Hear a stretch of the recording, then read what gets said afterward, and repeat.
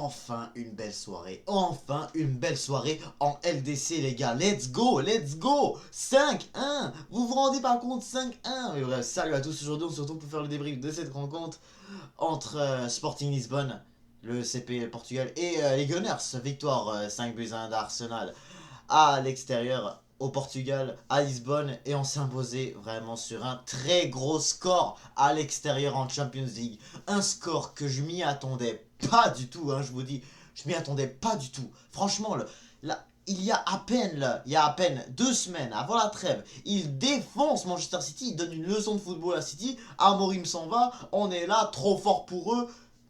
Il faut qu'on en parle, parce que pour de vrai, là, j'ai pas du tout reconnu cette équipe de Sporting, mais de très peu, de très peu. Mais avant de commencer, n'hésitez pas à vous abonner, liker et commenter, ça va faire toujours un très grand plaisir de vous avoir dans mes vidéos. Alors là, franchement, là, nous avons clairement fait le contraire de ce que Manchester City ont fait la dernière fois lorsqu'ils ont joué contre Sporting Lisbonne. Là, nous, les Gunners, on est arrivés au Portugal et voilà, le monde se sont dit que voilà, ça allait être beaucoup plus difficile pour nous, hein. Beaucoup plus difficile pour nous que pour Manchester City, hein. Déjà, juste City qui se verront une raclée. Juste après les Gunners, on perd contre l'Inter. Et là, ensuite 2 semaines, on se rend au Portugal et on arrive à s'imposer. Mais là, ce que je veux savoir, c'est que pourquoi on n'avait pas joué comme ça contre l'Inter Milan l'autre jour.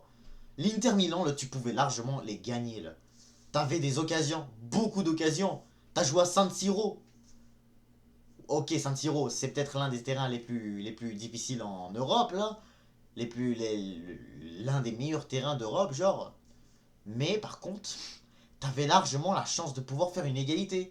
T'avais beaucoup d'occasions, beaucoup de corners, beaucoup de centres. Et même à ça, t'as pas pu vraiment faire beaucoup de tirs, alors que Inter en fait juste une seule frappe. Et là, cette victoire nous a permis surtout de retourner vraiment vers le top 8. On était 12e et là, ça nous a permis de vraiment retourner en tant que 8e place. Parce que là, maintenant, on est placé 8e de ces championnats. Ça se pourrait qu'on baisse un peu plus avec les journées de demain. Je ne sais pas vraiment les équipes qui vont jouer demain comme Monaco, etc. Est-ce qu'ils vont peut-être plus s'éloigner des Gunners et tout avant le clash qui va arriver prochainement. Mais vraiment, cette victoire, vraiment, elle était très importante. Tu devais obligatoirement t'imposer et surtout que là, lors des dernières rencontres à l'extérieur en Champions League, on n'a pas du tout marqué de but ou même pas vraiment fait une si large victoire. Parce que là, je me souviens, il y a un an, on s'est déplacé à Séville, on a gagné 2-1. Sinon, le reste, c'était sinon, juste avant, on avait perdu contre Lens, ensuite match nul contre PSV, ensuite défaite contre Porto, défaite contre Bayern, match nul contre Atalanta, défaite contre l'Inter, et là maintenant on s'impose contre Sporting Lisbonne à l'extérieur, alors que pourtant c'était une équipe qui semblait être largement difficile. Et là, on a réussi à faire.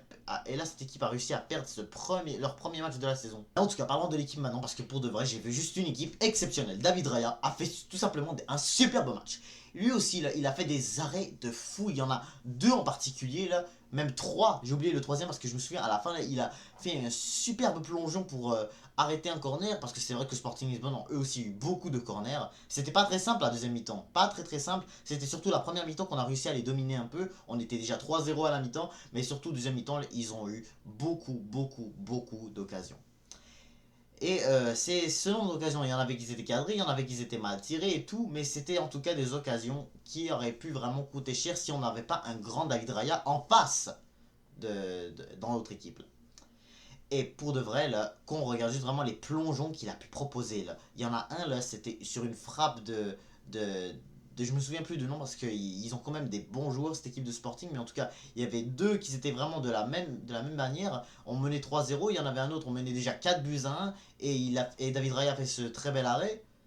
Et puis le troisième arrêt, c'était lors d'un corner, et là, il a fait un superbe saut, hein, pour, euh, pour essayer d'empêcher pour vraiment laisser la balle de moins en moins rentrer. Mais il faut pas oublier aussi que surtout qu'il y avait vraiment beaucoup de tirs qui a été dévié, mais que David Raya n'avait aucun problème avec ces tirs-là. Parce que pour de vrai, il y avait un tir qui a été dévié, qui a été passé au-dessus. Il y en avait un autre qui a été genre vite attrapé par David Raya. Qui s'était vite capté par David Raya. Genre David Raya, les tirs déviés vraiment n'ont pas du tout genre surpris. Lui n'ont même pas du tout surpris. Franchement, Donc là, ça montre à quel point notre équipe, là, elle est beaucoup plus mieux entretenue qu'avant la trêve internationale. Donc franchement, David Raya a fait un super bon match. Et là, vraiment, là, j'espère juste qu'il va pouvoir continuer comme ça, là, à faire des arrêts de fou là, et tout. C'est vraiment, j'adore voir ça. Vraiment, juste j'adore voir ça. De sa part, c'est incroyable. Mais David Raya, match exceptionnel. La défense, Saliba. Magnifique match de la part de Saliba. Lui a fait un... Lui et Gabriel, là, ces deux-là, là, c'est l'un des meilleurs duos au monde, là, comme tout le monde le dit. C'est un superbe duo de défense. Tu as Saliba, là, qui a même pas laissé Gyökeres faire un seul truc. Gyökeres qui a mis un triplé à City et qui n'arrêtait pas de marquer des buts sur les derniers matchs. Que ce soit avec la Suède ou que ce soit avec Sporting, et bah Gyökeres aujourd'hui, il a été transparent. On n'a même pas vu rien de sa part. Et tout ça grâce à qui? William Saliba en général. Gabriel, lui, nous a fait lui qui a marqué le troisième but pour les Gunners. C'était une superbe tête très bien faite. Et là, Gabriel maintenant est à beaucoup. Et là maintenant, Gabriel était maintenant à 3 têtes marquées avec les Gunners cette saison. Ce qui est vraiment exceptionnel. C'est surtout que les 3 ont été à l'extérieur. Un en Champions League et le reste c'était en Premier League. Mais la défense a vraiment été exceptionnelle. Timber a fait la passe D à Bukayo Saka. Et puis, franchement, lui aussi, il a fait un match exceptionnel pour vraiment surtout mener les attaques parce qu'il vraiment, il était beaucoup rapide, il était très bien placé pour se retrouver avec que ce soit Declan Rice ou Thomas Partey. Là, voilà, Timber vraiment, il remontait beaucoup pour essayer de les aider. Et là, on a trouvé Jurien Timber qui a pu faire l'assist à Gabriel Martinelli, ce qui a vraiment fait un super match. D'ailleurs, je sais pas si je me suis trompé, j'ai dit Bukayo Saka pour faire l'assist, mais non, Bukayo Saka, en fait, lui, il a mis le penalty parce que c'est vrai, Saka a fait un assist aussi, mais en vrai, Timber a fait un assist à Martinelli. C'est Martinelli qui l'a mis en premier là, pour mener au score. Alors Ricardo Calafiori, lui, c'était un petit peu plus compliqué, hein, parce que lui, il a été quand même face à un Trincao et un Edwards qui ont été quand même des bons attaquants. Hein. Ils n'étaient pas beaucoup bien passés parce que quand même il y a Saliba qui était beaucoup sur Gyökeres, Gabriel qui essayait de l'aider un peu plus mais qui était beaucoup plus avancé sur d'autres attaquants. Mais par la suite tu as aussi Calafiori qui lui par contre il n'était pas toujours assez bien placé des fois. Hein. Mais ça reste que lui aussi, c'était pas non plus un match très mauvais. Il a quand même pris beaucoup le ballon. Sauf que vraiment, il n'a pas vraiment proposé grand chose non plus. Donc là, j'ai pas vraiment grand chose à dire. Sauf que quand même, son match a été un peu plus compliqué. Le mieux par contre, Odegaard. Odegaard.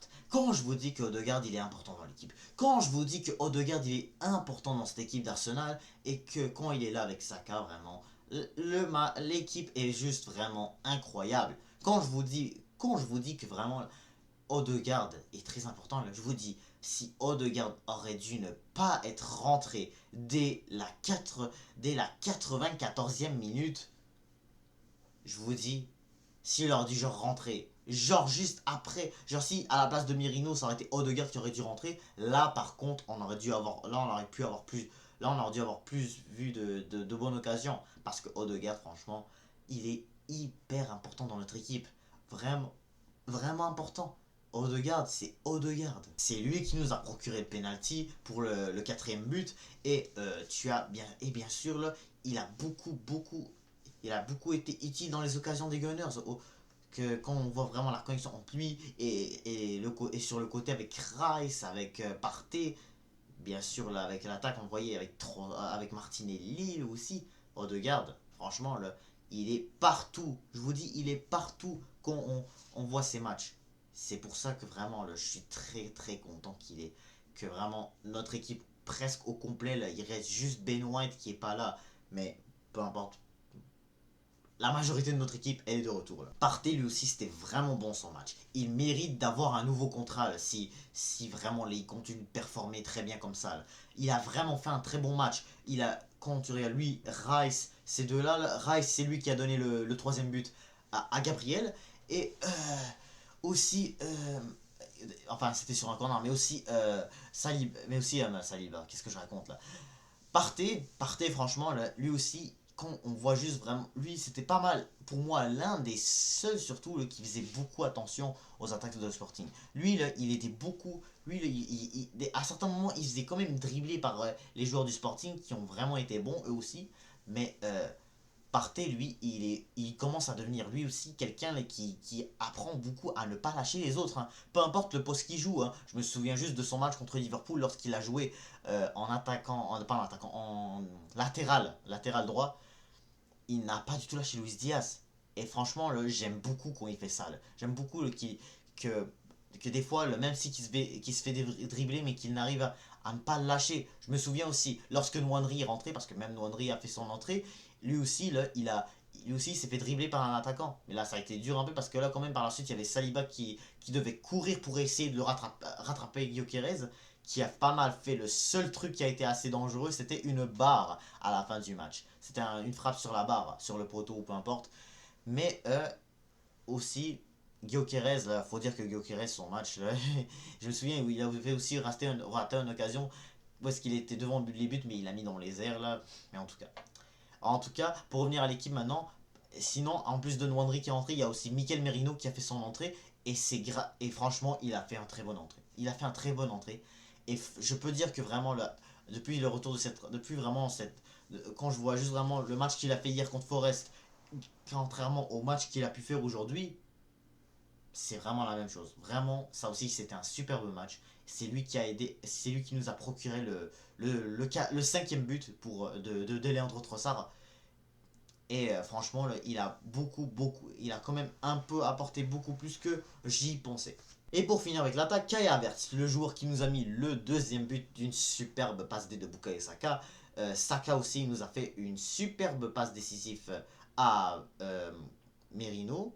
Et, pas à Merino, à Havertz, excusez-moi, à Havertz. Et puis bien sûr, il a mis le penalty, un superbe tir de penalty pour mener 4 buts à 1. Alors là, franchement, et en plus de ça, il y a Martinelli qui a mis le but. Donc franchement, notre attaque au complet, là, elle a marqué, genre, presque notre attaque au complet. Trossard, Saka, Martinelli et Trossard. Même Havertz, excusez-moi. Donc franchement, super. Franchement, superbe. Ce week-end, j'espère vraiment que face à West Ham, on va pouvoir assurer de la même manière. West Ham, vraiment, tu peux bien les gérer si tu joues super bien comme on a joué aujourd'hui. Donc franchement, je suis hyper content de cette victoire des Gunners. Parce que pour de vrai, après vraiment les derniers matchs qu'on a pu voir face à l'Inter, face à l'Atalanta, c'est les deux clubs italiens qu'on est allé à l'extérieur au début, là, on avait de la misère à s'imposer. Et là maintenant, là, tu as joué face à une équipe qui me semblait beaucoup plus difficile. Mais, mais au final, en perdant leur entraîneur, ça se voyait qu'il y a sûrement eu un changement dans les joueurs. Mais en même temps, ça reste quand même, je me suis dit, quand même, ils se sont imposés 6-0 le week-end dernier après la trêve. Je pense qu'ils rigoleront. Je me suis dit qu'ils n'allaient pas rigoler ce soir. Mais franchement, bravo aux Gunners. Bravo, je suis trop fier. Je suis trop fier. Il faut qu'on continue avec ces grosses victoires, là. 3-0 contre Forest, 5-1 contre Sporting. Il faut vraiment qu'on se rattrape de ces 4 derniers matchs mauvais qu'on a fait entre la trêve de novembre et celle de octobre. Enfin, ils n'étaient pas tous mauvais les matchs. Mais il y avait vraiment des matchs où est-ce que t'avais vraiment juste pas le choix. C'est vraiment ces matchs-là qui nous a vraiment comme empêché plus de perdre notre niveau et de vraiment voir à ce que vraiment on est devenu assez nul. Mais là maintenant, je pense que les gens peuvent l'affirmer et que vraiment qu'ils doivent vraiment faire beaucoup plus attention à nous. D'ailleurs, j'ai oublié de mentionner un truc. Cette victoire 5-1, surtout pourquoi elle m'a fait beaucoup plus de bien, c'est parce que c'était une revanche de fou de du Sporting Arsenal en 2023, de la saison 2022-2023 en fait, en Europa League, lorsqu'ils nous ont sorti au tir au but.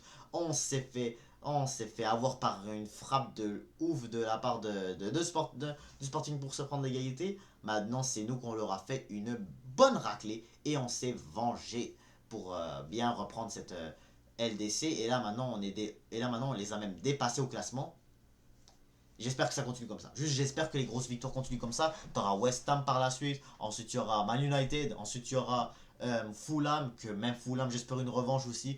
Tu auras par la suite Monaco, Everton. Voilà. C'est des matchs que normalement, tu dois gagner. Tu dois gagner. Vraiment, il faut que tu les gagnes. Surtout au cas où Liverpool ou Chelsea vraiment risquent de chuter. Parce que je parie que City va encore une fois chuter contre Liverpool ce week-end. Je pense direct. Mais on sait jamais. Franchement, on sait jamais. la première ligue, c'est fou comme c'est dingue, comme je l'ai dit ce week-end. Donc, c'est la fin de ce débrief. N'hésitez pas à vous abonner, liker, commenter, ça fait. Et je vous dis à toutes.